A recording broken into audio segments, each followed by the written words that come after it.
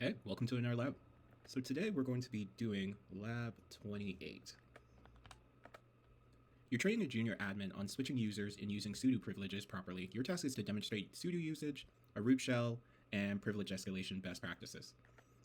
Run a privileged command with sudo to list the root directory. So we could do that with sudo ls root. Start a root shell to perform administrative tasks. So we could do sudo-i. Add a new user, temp user. And then also I want to point out right here, normally I would just say root right here. And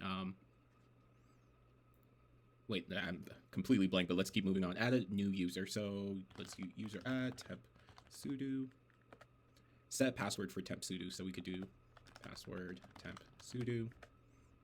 Grant sudo privileges by adding temp sudo to the sudo group. So we could either use if it's on a Debian on a Debian based Linux OS, you could use sudo. The group is going to be sudo, but as it says here, on Red Hat Enterprise Linux distro, like for example, Rocky, which I use.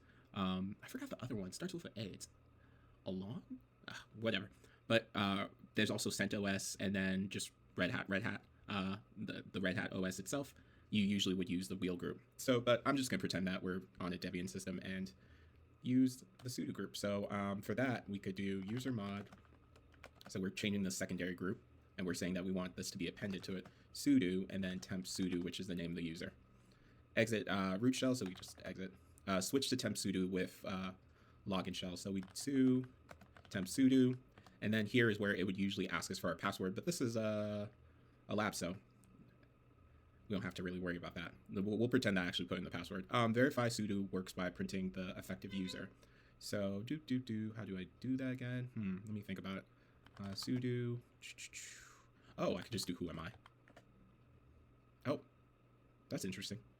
I forgot to actually put that output. Whatever, let's move on. Here it was supposed to be it was just supposed to say that I'm root right now, but that's okay. Let's move on. Clean up by removing temp sudo and their home. So we could do that with, well, are we still sudo? No, we're not. So we do need to use sudo user delete our temp sudo.